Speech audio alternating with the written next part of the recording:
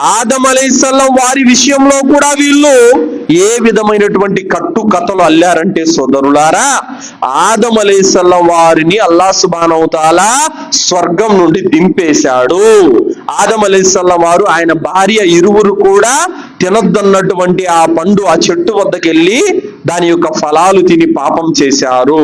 అయితే ఇప్పుడు ఏం జరిగిందంట? ఆయన తౌబా చేయాలి. ఆ తౌబా ఎలా చేయాలి? ఎలా చేశాడంటే, వీళ్ళు అల్లినటువంటి కట్టుకథ ఏమిటంటే, ఆయన ఆకాశం వైపునకు చూశారు, అర్షు కనపడింది, అల్లా యొక్క సింహాసనం కనపడింది, ఆ అర్షు మీద లా ఇలాహ ఇల్లల్లా ముహమ్మద్ రసూలుల్లాహ్ అని రాయబడి ఉంది.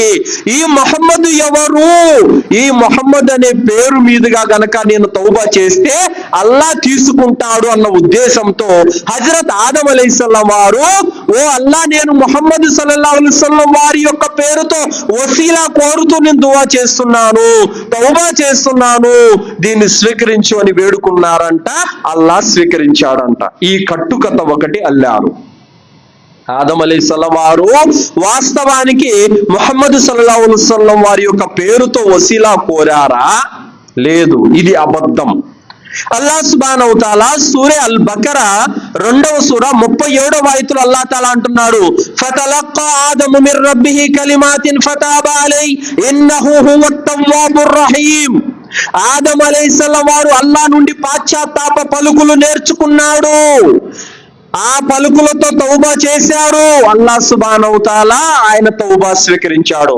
సూరా అల్ అరాఫ్ 23వ ఆయతులో అల్లాహ్ అంటున్నాడు, ఖాల రబ్బనా ظلمنا انفسنا وان لم تغفر لنا وترحمنا لنكونن من الخاسرين. అల్లాహ్, మేమిరువురము మా స్వయానికి మేము అన్యాయం చేసుకున్నాము, జులుం చేసుకున్నాము, నీవు గనక ఇప్పుడు కాపాడకపోతే, కరుణించకపోతే మేము నేరస్తులలో, దుర్మార్గులలో చేరిపోతాము. అల్లాహ్ మమ్మల్ని కరుణించని భార్యాభర్తలు ఇద్దరు అల్లాహ్తో వేడుకున్నారు. అల్లాహ్ సుబ్హానహు వ తఆలా ఇన్నహు హువత్ తవ్వాబుర్ రహీం, ఆయన ఆదం అలైహిస్సలాం వారి యొక్క తౌబాను కబూల్ చేశాడు. ఖురాన్లో అల్లాహ్ సుబ్హానహు వ తఆలా స్పష్టంగా చెప్పాడు, ఆదం అలైహిస్సలాం వారికి ఏమి మాట్లాడటం రాదు, అల్లానే నేర్పాడు ఎలా తౌబా చేయాలో. ఆ తౌబా పలుకులు ఎక్కడున్నాయి? సూరా ఆరాఫ్ 23వ ఆయతులో చెప్పాడు అల్లాహ్ సుబ్హానహు వ తఆలా. ఆదం అలైహిస్సలాం వారు ఎలా దువా చేశారో కూడా అల్లాహ్ చెప్పాడు. అల్లాహ్ మాట తీసుకోకుండా వీళ్ళు ఒక కట్టుకథ అల్లారు. ఆయన ఆకాశం వైపునకు చూశారంట, అర్షు మీద ముహమ్మద్ రసూలుల్లాహ్ పేరు చూశారంట, ఆ పేరు ద్వారా వసీలా కోరారంట. పోనీ దీనికి ఏమైనా ఖురాన్ ఆయతు దలీలు ఉందా అంటే లేదు. పోనీ ఏదైనా కుతిబే సిత్తా నుండి ఒక హదీస్ దలీలు ఉందా అంటే లేదు. ఏ తల తోక తొండం లేకుండా దాన్ని పట్టుకొని చూశారా? ఆదం అలైహిస్సలాం వారు అంతటి వాడే ముహమ్మద్ సల్లల్లాహు అలైహి వసల్లం వారు వసీలా కోరారు, మనము కోరితే తప్పేముంది అనేటువంటి మాటలు మాట్లాడుతున్నారు. ఎక్కడ దలీలేదు దానికి? లేదు. పోనీ ప్రవక్త ముహమ్మద్ సల్లల్లాహు అలైహి వసల్లం వారు ఎప్పుడైనా ఆదం అలైహిస్సలాం వారు నా పేరుతో వసీలా కోరారు అని ఎప్పుడైనా చెప్పారా?